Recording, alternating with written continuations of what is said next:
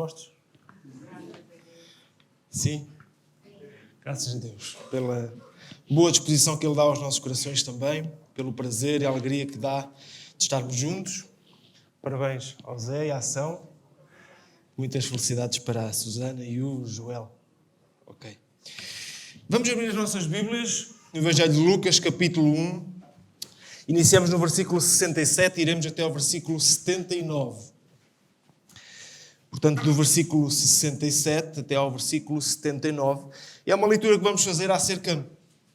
vamos ler um cântico de Zacarias. Nós encontramos no Evangelho de Lucas alguns cânticos de louvor ao nosso Deus, de louvor ao Salvador, um pouco parecido com aquilo que acabámos de cantar. Conta, não é? Era o que dizia este hino que nós acabámos de cantar. E Lucas, o Evangelho de Lucas, é de uma sensibilidade artística interessante.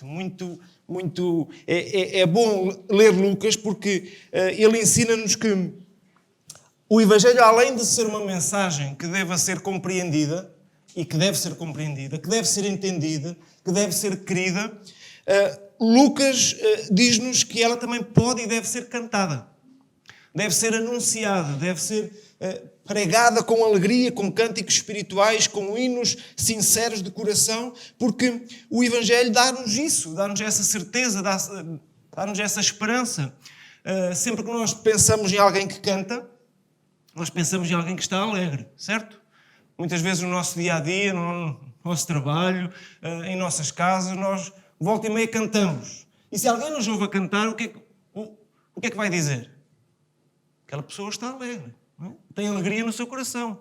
Nós, quando ouvimos alguém cantar, pensamos, olha, está-te a correr bem o dia, não é? Estás feliz, estás contente. Portanto, o cântico e a música está sempre associado, de alguma forma, a um bem-estar, a uma alegria. E aquilo que Lucas nos ensina nestes primeiros capítulos é que, de facto, o Evangelho traz-nos uma esperança, traz-nos uma certeza que nos leva a cantar, que nos leva a anunciar aquilo que já recebemos. A verdade é que, como poderemos nós cantar se não tivermos esperança? Todos nós já passámos por alturas difíceis na nossa vida e eu pergunto-vos, na altura, tínhamos vontade de cantar? Tínhamos vontade de entoar algum cântico de louvor ou de alegria? Não tínhamos, não é? Nos momentos de tristeza, nos momentos difíceis na nossa vida, em que nós, por algum motivo, perdemos a esperança, não há muitas razões para cantar. Mas o Evangelho traz esperança ao nosso coração, traz-nos mais que esperança, traz-nos certeza de que podemos cantar, que podemos estar alegres. Lucas diz-nos claramente que há motivos mais do que suficientes para o cristão cantar e anunciar o Deus da sua salvação. E nesta época do Natal, que praticamente estamos a celebrar, nós lembramos tantos cânticos de Natal, não é? Tantas oportunidades que temos de lembrar, cantar que o nosso Salvador chegou, não é? Que o nosso Salvador veio ao nosso encontro. Nós saímos pelas ruas, saímos pelas cidades e vemos luzes, e vemos um som de fundo, vemos músicas de Natal. Isso fala um pouco de alegria, não é? Mas mais do que simples músicas de Natal, o cristão, o Filho de Deus, canta porque sabe o que canta. Sabe que o seu Salvador nasceu, sabe que o seu Salvador veio a este mundo. Então, Lucas diz-nos que mais do que cantar por cantar, mais do que cantar porque a música é bonita, mais do que cantar porque os nossos espíritos se envolvem na música, nós cantamos porque temos razão para cantar. E essa razão é o nosso Salvador chegou. Então vamos ler o cântico de Zacarias no capítulo 1, do versículo 67 ao 79, e eu vou desafiar alguém que possa fazer esta leitura de um modo audível, pausado, que todos possamos entender. Portanto, um voluntário para ler do versículo 67 ao 79.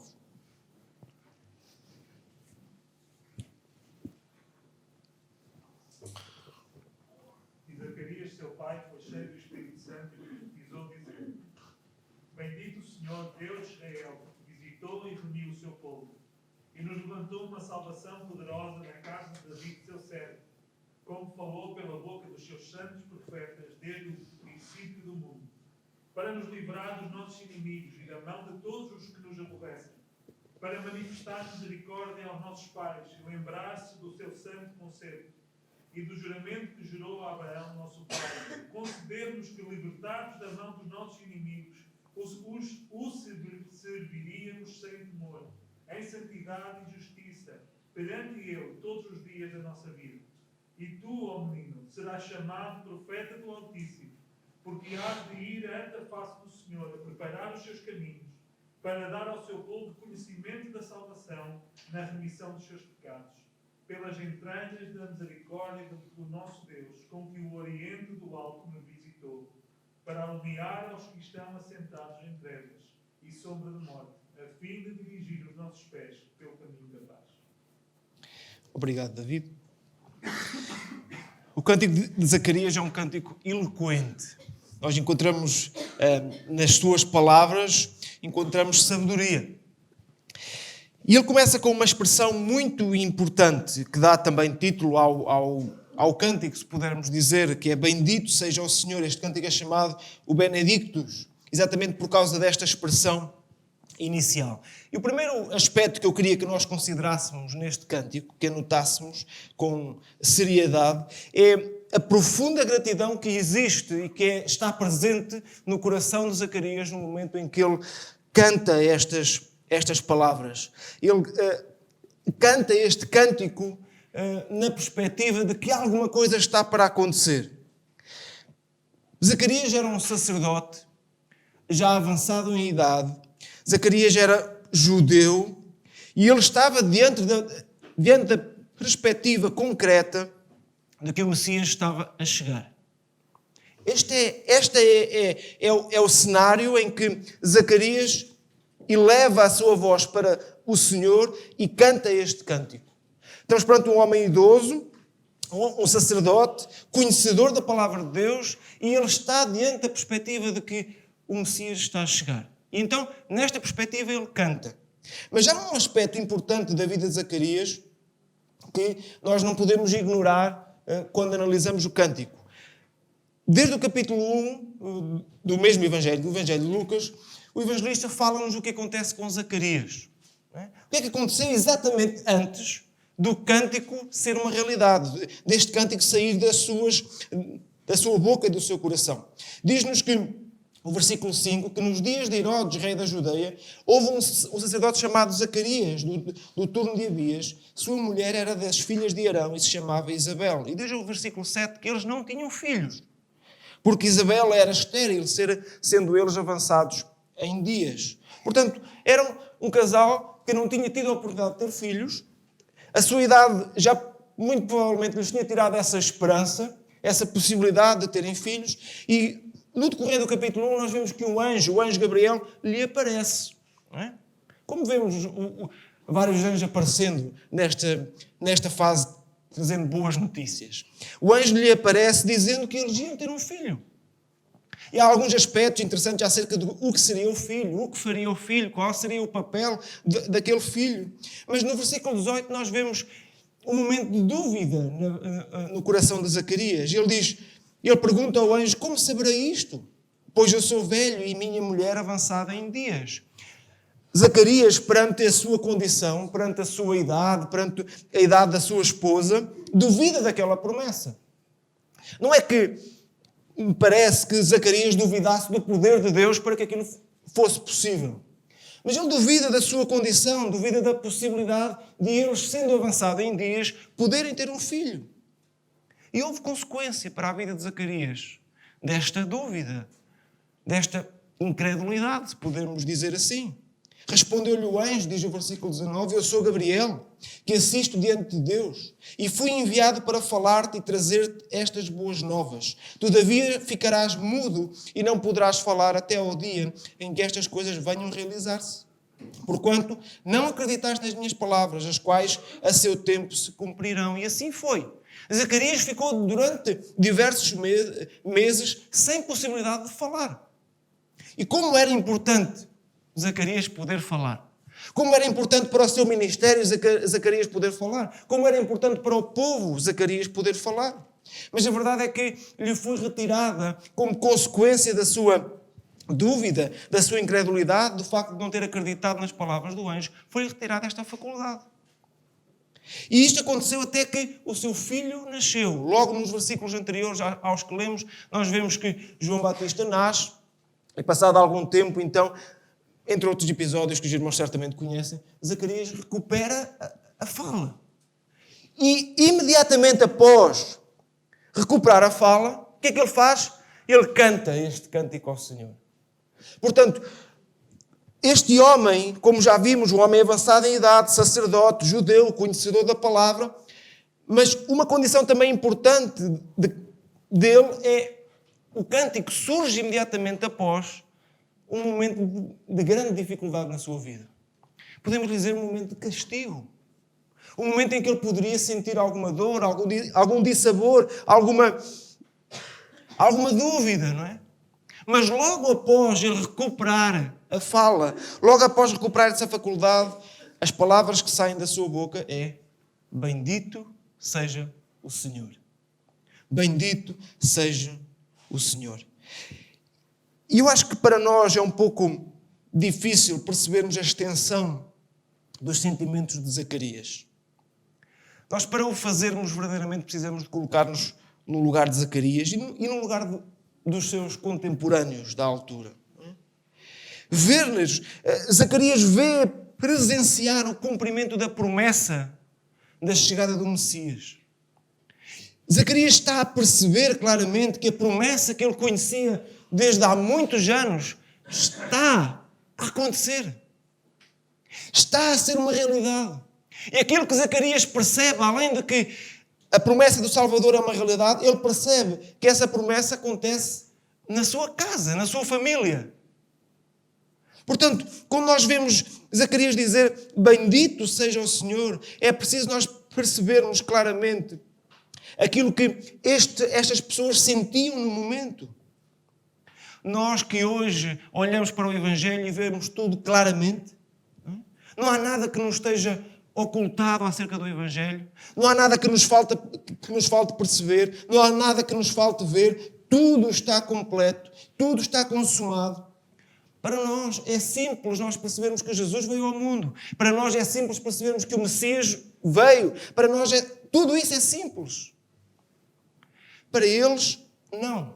Para eles não passava de uma promessa. Para eles não passava de uma profecia. Então nós precisamos aprender com Zacarias e com todos estes nossos irmãos a dar graças a Deus porque o nosso Salvador chegou. A ter o mesmo sentimento que estas pessoas e que Zacarias tinha de que a vinda do Senhor Jesus ao mundo era o cumprimento de uma promessa bendita de Deus ao seu povo. Então que os nossos olhos sejam abertos, tal como o de Zacarias foi, e possamos dizer bendito seja o Senhor Deus de Israel.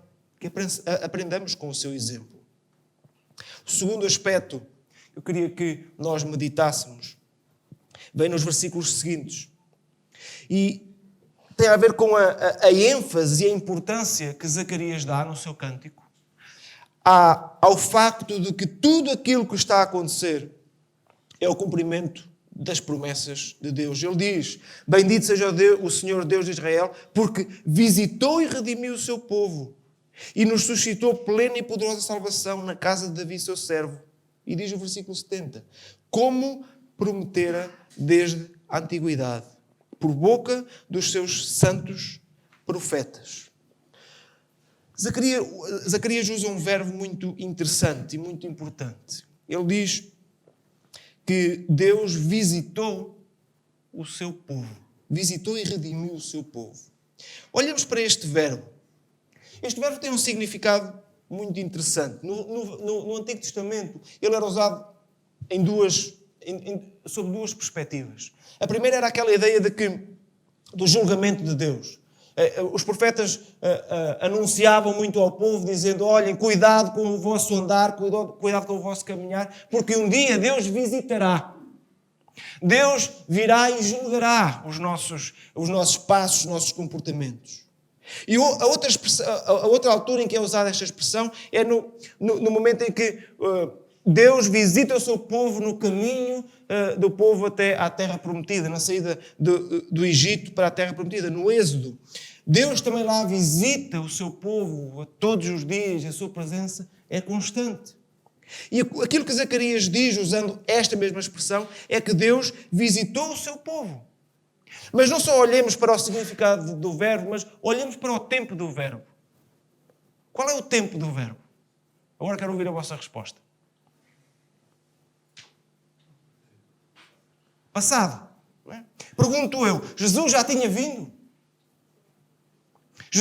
Deus já tinha visitado o povo, segundo a perspectiva que Zacarias está a usar, que é a chegada do Messias? Não, não tinha. Mas Zacarias fala como um profeta. Os profetas falavam de uma coisa que estava para acontecer como algo que já tivesse acontecido. Tal era a certeza de que aquilo iria acontecer. Tal era a certeza que eles colocavam na promessa de Deus. Ele diz, bendito o Deus de Israel que visitou e redimiu. Já visitou e já redimiu, segundo a perspectiva de Zacarias. Ele tinha a plena noção, a plena consciência que Deus estava para visitar o seu povo. E faria-o de uma forma maravilhosa. Não o faria em espírito, mas faria-o através da chegada do Senhor Jesus em carne. O Senhor Jesus encarnou. Deus encarnou. Esta é uma verdade bendita do Evangelho. Deus visitar o seu povo, tornando-se como um deles. Ele fez igual a nós. Ele visitou-nos no mesmo estado em que nós estamos. E isto é verdadeiramente maravilhoso considerarmos isto. E Zacarias percebia que isto estava a acontecer. Então louvava ao seu Deus. O Deus que tomou a sua forma e a forma de cada um de nós para nos visitar e para nos redimir. Para que a sua presença fosse notória. O milagre da encarnação é um aspecto fundamental do Evangelho. Conta-se a história de um homem que um dia, por altura exatamente do Natal, visitou um culto, foi a um culto. E ouviu sobre esta verdade, sobre o facto de que Deus desceu à forma humana, visitou o povo, visitou o ser humano na forma exatamente humana. E ele ouviu aquilo e pensou, porquê é que houve esta necessidade? Porquê é que Deus teve que se reduzir à forma humana para que nos transmitisse uma mensagem? Será que Deus não poderia transmitir a mensagem sem se reduzir, sem se diminuir à condição humana, sem se rebaixar, por assim dizer? E veio para casa com aquele pensamento, um bocadinho incrédulo acerca do milagre da encarnação e da sua importância. E era um dia frio. E ele acendeu a sua lareira para se aquecer. E a luz daquela lareira refletiu-se na janela e chamou a atenção de alguns passarinhos. E aqueles passarinhos começaram a chegar-se, a aproximar-se da janela. E aquele homem, tendo em conta o frio que estava lá fora, lembrou-se bem, vou abrir a janela para que eles possam se aquecer. E ele aproximou-se da janela e quando se aproximou da janela, os pássaros fugiram. E ele ficou triste com aquilo. Passado algum tempo, os pássaros voltaram. E ele voltou novamente a tentar abrir a janela para que os pudesse trazer para um lugar mais quente. E eles voltaram a fugir. E ele pensou, que bom seria se eu pudesse tornar um pássaro, entender a sua linguagem e explicar-lhes que eu não os quero matar, mas quero salvá-los, quero trazê-los para um lugar melhor. E naquele momento ele percebeu o que tinha ouvido no culto. A necessidade de Deus se tornar como um de nós. Se fazer humano como nós para nos dizer, eu quero te salvar. Zacarias percebeu isso claramente. E ele diz e canta que isso era algo que Deus já tinha prometido desde a antiguidade por boca dos seus santos profetas. Irmãos, no Velho Testamento, da boca dos profetas, saem muitas profecias, saem muitas promessas, mas havia uma acima de todas. Havia uma que as pessoas, que o povo de Deus, que o povo de Israel ansiava acima de toda e qualquer promessa, toda e qualquer profecia, que era a chegada do Messias. Essa estava acima de todas. Todas. Mas temos que aprender com eles. Temos que aprender com eles porque eles viviam fundamentados nessas promessas. Quase que podemos dizer que eles eram muito mais obrigados a viver em fé do que nós. Nós temos muito mais coisas que já vimos, que já temos a certeza que são factos. Eles, por outro lado, pouco sabiam de algumas coisas relativamente à morte, relativamente à ressurreição, relativamente à chegada do Messias. Tudo isso era alguma coisa que eles aguardavam, que eles deviam esperar, mas que ainda não tinham visto, que ainda não podiam ver. A única garantia, a única coisa que podia alimentar a sua fé, que podia fazer crescer a sua fé, era eles estarem arraigados nessas promessas. Eram os seus pés estarem fundamentados naquilo que tinham prometido da parte de Deus. A amplitude da sua fé muitas vezes envergonha-nos. Muitas vezes envergonha-nos. Assim, em vez de muitas vezes desprezarmos os crentes, de alguma forma, os crentes do Antigo Testamento, olhemos para o seu exemplo. A forma como eles nos podem ensinar a confiar também nas suas promessas. Nós temos ainda muitas promessas da parte de Deus, ou que não estão cumpridas, ou que são para o nosso dia-a-dia. Então, aquilo que Zacarias nos diz, e todos os nossos irmãos do seu tempo, é que nós precisamos aprender a abraçar e a viver segundo estas promessas, descansando nelas, como fez Zacarias. Precisamos aprender a nunca desconfiarmos ou duvidarmos delas. A nunca desconfiarmos da verdade, que é a palavra de Deus. Mas estarmos certos de que o mesmo Deus que cumpriu promessas atrás de promessas, profecias atrás de profecias, Ele continuará a cumpri-las. Então a nossa segurança continua e deve continuar a estar nas promessas de Deus. Temos a promessa que seremos absolvidos perante a face de Deus. Nós não seremos condenados. Nós, cheios de pecados, entregues à nossa iniquidade, seremos apresentados perante Deus como santos e irrepreensíveis. Como é possível? Esta é uma promessa que temos de Deus. Temos a promessa que o nosso Salvador, tal como veio neste tempo de Zacarias, uma primeira vez, Ele virá uma segunda para nos buscar e levar para estar com Ele eternamente. E aquilo que nós precisamos entender é que, tal como Deus cumpriu a primeira promessa acerca da vida do Senhor, Ele cumprirá a segunda. E precisamos viver nessa perspectiva e nessa segurança, nessa esperança. Que abracemos estas promessas, que não as deixemos escapar por entre as mãos e que o nosso coração possa estar bem firmado nelas. Então, neste Natal, e no Natal o cristão celebra também o cumprimento das promessas de Deus, tal como Zacarias fez. Nesta época e em todas as épocas da nossa vida, mas neste momento em que lembramos a chegada do Messias, a chegada do Salvador, nós precisamos perceber que a sua chegada, é um cumprimento das promessas de Deus. Celebremos-las, tal como Zacarias fez. Em terceiro lugar, o terceiro aspecto importante e interessante que este cântico nos diz acerca de Zacarias é que ele tinha uma visão muito clara do reino de Cristo. Tinha uma visão muito clara de algo que ainda não tinha chegado, estava para chegar, mas ele já percebia o que é que iria acontecer. Reparem a partir do versículo 71. A chegada do Messias, a poderosa salvação que teremos nele, quais são os efeitos que trazem à nossa vida? Versículo 71. Para nos libertar dos nossos inimigos e das mãos de todos os que nos odeiam, para usar de misericórdia com os nossos pais e lembrar-se da sua santa aliança e do juramento que fez a Abraão, o nosso pai. De conceder-nos que, livres das mãos de inimigos, o adorássemos sem temor, em santidade e justiça perante Ele, todos os nossos dias. Aquilo que Zacarias diz nestes versículos é que a poderosa salvação, como ele refere, ela é poderosa para transformar a nossa vida completamente e transportar-nos de um lugar para outro. Zacarias tem a perspectiva e a visão clara de que a chegada do Messias irá possibilitar ao seu povo, aos seus filhos, serem retirados de um reino para outro reino. Esta era também a promessa que o povo de Israel tinha. Eles sabiam que um dia eles estariam vivendo com o seu Deus de uma forma diferente daqueles que viviam. Se bem que eles tinham alguns, grande parte do povo, e depois mantiveram, outros não, tinham uma ideia um bocado errada de a quem seria dada a esta possibilidade, não é? De pertencer a algo novo, de pertencer a um novo reino, uma nova dimensão, uma nova realidade. Mas eles sabiam que isto iria acontecer. E Zacarias sabia.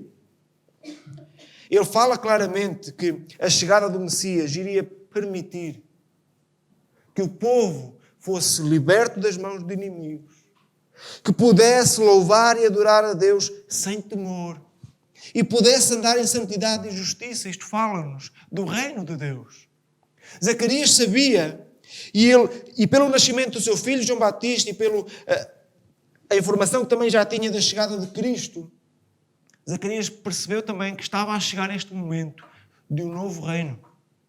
Tal como Jesus anunciava: arrependei-vos, porque é chegado o reino dos céus. Tal como João dizia: arrependei-vos. E a base deste reino, a ideia central deste reino é exatamente esta: que o Messias vem nos dar esta possibilidade de fazermos parte de algo que nos estava vedado. Fazermos parte do reino de Deus, do reino de Cristo, era algo que estávamos completamente impossibilitados de fazer. Mas Zacarias diz que esta realidade e esta possibilidade é o cumprimento, mais uma vez, da promessa, da santa promessa que Deus tinha feito com Abraão.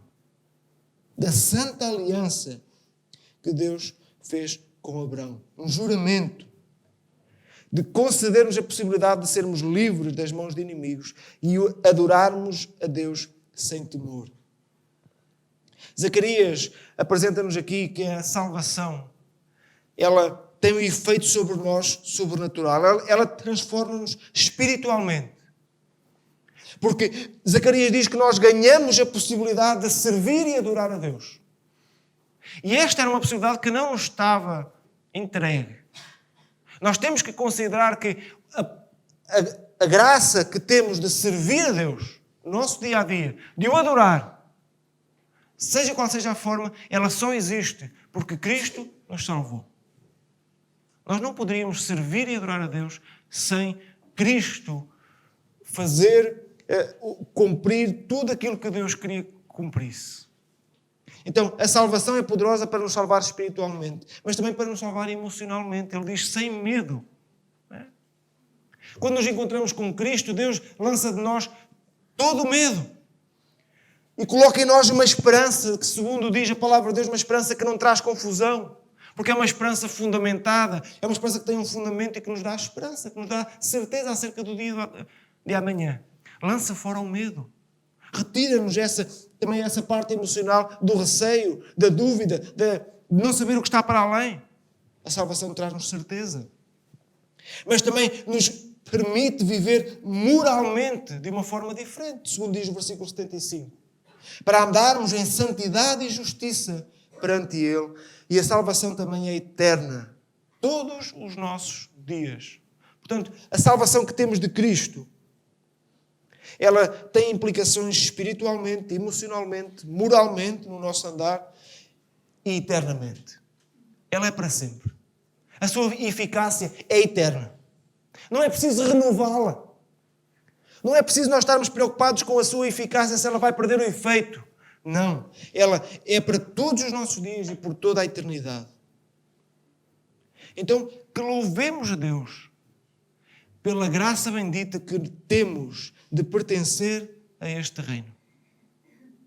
Pela realidade que temos nas nossas vidas de que antes estávamos no reino das trevas, entregue ao nosso destino, entregue à nossa sorte, entregue ao nosso pecado, condenados.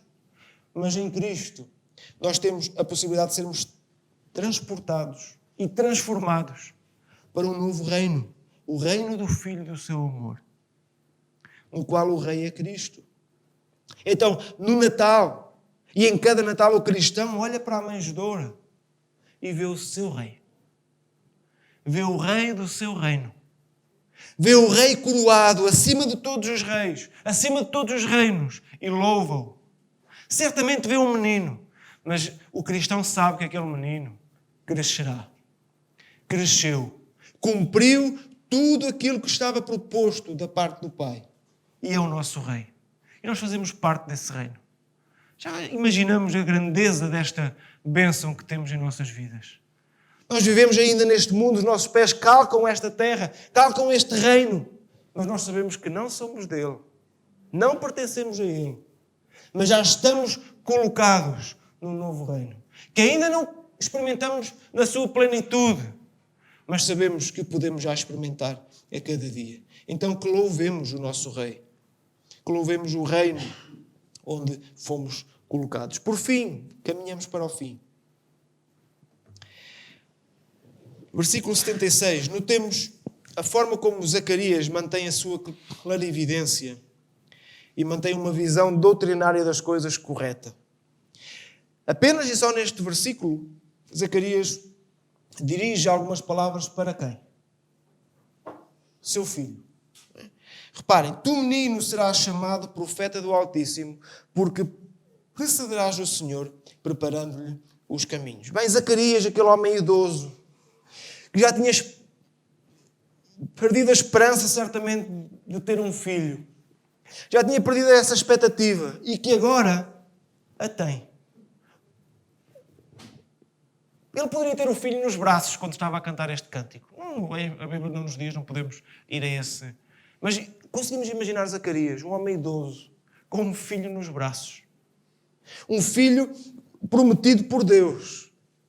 Sabem, os pais normalmente têm esta perspectiva de que os seus filhos são sempre os melhores de todos, não é?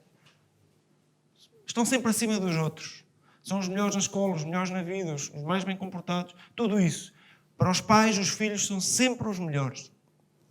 Mas reparem como Zacarias mantém a sua perspectiva certa. A sua visão acerca do papel de João Batista está bem definida. Ele diz, porque tu precederás o Senhor, preparando-lhe os caminhos. Ele sabia que o papel do seu filho João Batista, e não podemos considerar que era um papel fraco, ou um papel baixo, mas ele sabia claramente que a salvação vinha do Senhor Jesus. A salvação vinha do Messias. E o papel de João Batista seria preparar o caminho. Se formos lá ao Evangelho de João, poderíamos ver mais alguma coisa acerca da forma como, e todos os Evangelhos, a forma como João Batista prepara efetivamente a chegada do Messias. Ele sabia, Zacarias sabia, que o próprio Messias, do Messias viria a salvação, mas de João vinha a possibilidade de proporcionar condições para que esta salvação fosse reconhecida pelos demais. Alguns já olhavam para João Batista pensando que ele era o Messias, e ele disse, olhem, esqueçam, eu batizo com água, mas chegará alguém. João Batista preparou o caminho. E Zacarias, nem com a realidade de um novo filho nos braços, perdeu essa clarividência. E nós precisamos também aprender com ele. Precisamos de estar sempre cientes do que é importante e do que não é importante. Do que é verdadeiramente aquilo que a palavra e a doutrina diz e aquilo que não é. Mesmo tendo às vezes algumas inclinações ou alguma possibilidade de entendermos ao contrário. Mas Zacarias, mesmo neste momento, ensina-nos isso.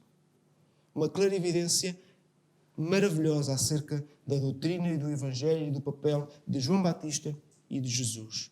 Últimos versículos 77, 78 e 79. Zacarias, de certa forma, dá-nos algumas informações que eu acho que podem ser para nós de nos examinarmos. Ou seja, nós precisamos olhar para estes últimos versículos e talvez olharmos para a nossa vida, olharmos para a nossa condição, olharmos para o nosso estado. Zacarias apresenta 3 privilégios maravilhosos que a salvação dá ao homem.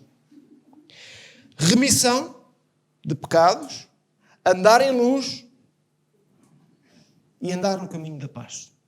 Diz o versículo 77 que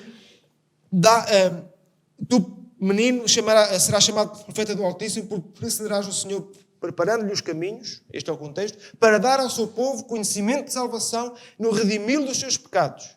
E ainda 79, para alumiar os que jazem nas trevas. E ainda no mesmo versículo, e na sombra da morte, e dirigir os nossos pés pelo caminho da paz. Encerremos este capítulo perguntando-nos a nós mesmos o que temos experimentado destes 3 privilégios maravilhosos que a salvação nos dá. Sabemos o que é perdão? Se calhar a todos nós diríamos, sim, claro que sabemos o que é perdão. Mas entendemos a grandeza da remissão que temos em Cristo? Entendemos a grandeza do quanto nos foi perdoado? E vivemos isso na prática. Nós somos pessoas aptas e prontas sempre a perdoar uns outros, tal como fomos perdoados. O perdão faz parte do nosso dia-a-dia, o perdão faz parte da nossa vida, faz parte dos nossos relacionamentos. Somos conhecidos por pessoas que perdoam facilmente. Este é um privilégio maravilhoso que a salvação nos dá. Perdão integral dos nossos pecados. Total. Não há nada que tenha ficado para perdoar. Não há nada que tenha ficado para resolver. Não. Zacarias diz que a salvação em Cristo Jesus redime o seu povo dos seus pecados. Segundo aspecto, já saímos verdadeiramente das trevas para a luz. Há pouco falávamos que a salvação nos dá o privilégio de sermos transportados do reino das trevas para o reino da luz. Mas esta realidade precisa de ter reflexo no nosso dia, no nosso caminhar. Nós precisamos de andar na luz, porque foi para a luz que fomos chamados. Que incongruência seria nós continuarmos, ainda que no reino da luz, a viver segundo o reino das trevas? Que loucura! Não faz sentido. Então nós precisamos examinar a nossa vida e perceber se a salvação tem trazido, não é que a salvação não tenha eficácia, mas se nós temos permitido ou temos vivido de forma a que os nossos passos sejam no caminho da luz, em santidade, pureza e justiça. E por fim, temos paz verdadeiramente em nossos corações acerca do porvir, acerca da nossa vida, acerca do nosso presente, acerca do nosso futuro. Há paz em nós? Ou somos conhecidos por pessoas sempre permanentemente preocupadas, sempre permanentemente em dúvida, cheias de incerteza relativamente à sua vida, ao seu existir e àquilo que Deus pode fazer na sua vida? Há paz em nossos corações? Esta é também uma mensagem para todos aqueles que porventura não possam ainda não ter entregue o seu coração ao Senhor. Se sentes que os teus pecados ainda não foram perdoados, se sentes que ainda não andas no caminho da luz e não tens paz com Deus, entrega o teu caminho ao Senhor. Entrega o teu coração nas suas mãos. Para experimentares a beleza da salvação que podes ter em Cristo Jesus. Para nós que já conhecemos Cristo, Ele já é o nosso Senhor e Salvador. Que jamais descansemos. Que jamais descansemos enquanto não vivermos segundo estes 3 privilégios. Que jamais deixemos de descansar antes que o Espírito de Deus contenda com o nosso, testifique com o nosso Espírito que os nossos pecados estão totalmente perdoados. Jamais descansemos antes que o Espírito de Deus testifique com o nosso de que andamos na luz, que passamos das trevas para a luz e que já não deve haver nada no nosso viver e no nosso caminhar de trevas. E que andamos no caminho estreito, no caminho da paz. No Natal, o cristão lembra as profecias que se cumprem, lembra o milagre da encarnação, lembra o facto de Jesus ter visitado o seu povo para o salvar, ter-se feito como um de nós. E no Natal o cristão celebra a sua vida perfeita, sem pecado, íntegra, pura, santa. No Natal o cristão recorda Jesus como o seu rei, pregando o evangelho do arrependimento. Arrependei-vos porque é chegado o reino dos céus. Lembra o seu rei Mas lembram-se o Rei também cravado na cruz, morrendo pelos nossos pecados. Com um propósito bendito de nos salvar. Com um propósito bendito de nos dar uma tão grande salvação. No Natal, o cristão celebra a transformação que tem na sua vida pelo facto do Messias ter chegado. Então, tal como Zacarias, cantemos e adoremos sem cessar, com toda a alegria, com todo o prazer, ao Deus da nossa salvação. Que Deus abençoe a sua igreja.